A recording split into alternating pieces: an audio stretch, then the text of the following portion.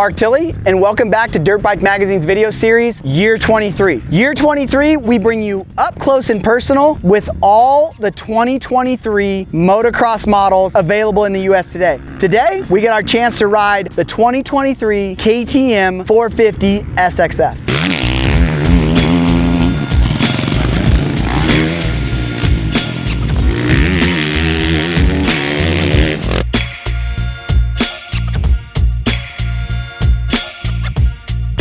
So the 2023 KTM 450SXF is almost identical to the 2022.5 factory edition. There was some updates along the way with suspension and with some of the graphics and stuff like that, but it's essentially the same package. It's got the all brand new frame, new styling, it's got all new plastics, updated buttons on the handlebars, everything new for 2023 compared to the 2022 standard edition model. If you want all those in-depth specs, head over to dirtbikemagazine.com. We're gonna go ride this thing.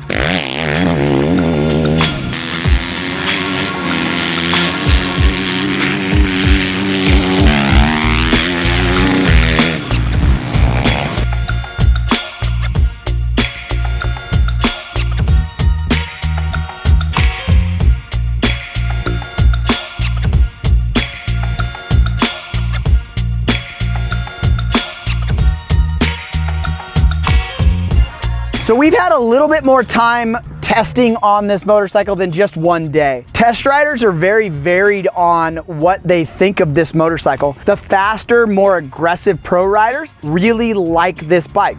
It's got a stiffer feel all the way around, and that's not just from suspension settings. It's the chassis. The frame, the main frame is a lot stiffer. Technology that they put into it to change how the rear shock and the rear of the motorcycle has an influence on how the front handles. Sometimes that's a good thing, and sometimes that's a bad thing. We think that a lot of the shortcomings of the air fork up front is now coming out. You can notice a lot more in the small chop. There's feedback straight into the rider's hands. Some guys like how the earlier chassis would squat coming out of corners and put that power to the ground. It's a little bit harder. You need a little bit more body English to get that power to the ground. The bike doesn't squat as much. We've gone softer suspension wise all the way around, almost to the point of going too soft, or not almost to the point. We did go to the point of being too soft, and then the bike hits bottom, and then we get the chassis doing other weird things that we don't like. So overall, this bike is a lot more rigid than the 2022 model. Some people like it, some people don't.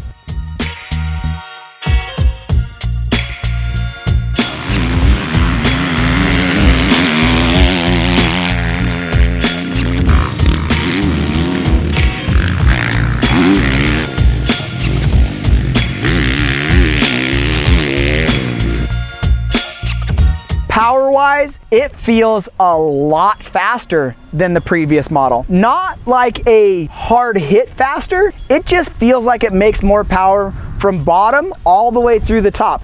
It's a smooth power, especially in the standard map, kind of a smooth power all the way through, but you know there's power there. Some people think that it's a little bit too fast. Me personally, it's fast. I like a fast motorcycle, but I like a rideable motorcycle. And if you get into the power curve and kind of get into the meat of the power band, sometimes, even for me, it's a little bit too much. But there is other test riders that want more. They go to that aggressive map, it gives them a harder hit in the mid, and then more over rev on top.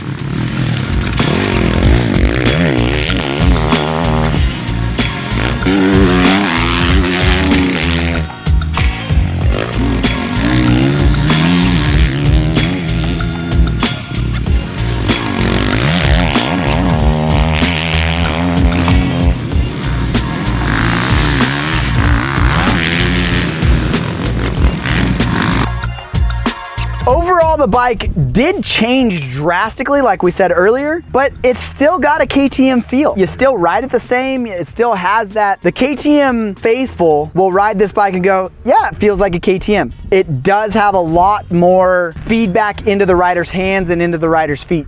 It's not as plush of a ride as what the previous 2022 standard model was. Definitely, we're gonna do a lot more testing with maybe some engine brackets and different suspension settings and maybe maybe even go to do some of the spring fork cone valve testing with the spring fork that WP offers as an aftermarket accessory. So there's a lot of stuff that this bike is more sensitive to. This chassis is definitely more sensitive to suspension balance and suspension setup. So if you're going to get this motorcycle, just know that there's gonna be some dialing into the suspension that you need to do for your personal setup. And know that breaking the frame in and breaking the chassis in on this bike, about the 5 to 8 hours, you're gonna see a big difference in it. So you might wanna just ride it and hammer out some motos. And then after you get the chassis broken in and everything kind of broken in, then start doing some suspension stuff, because like what we've experienced, our suspension settings have definitely changed the more time that we put on the motorcycle.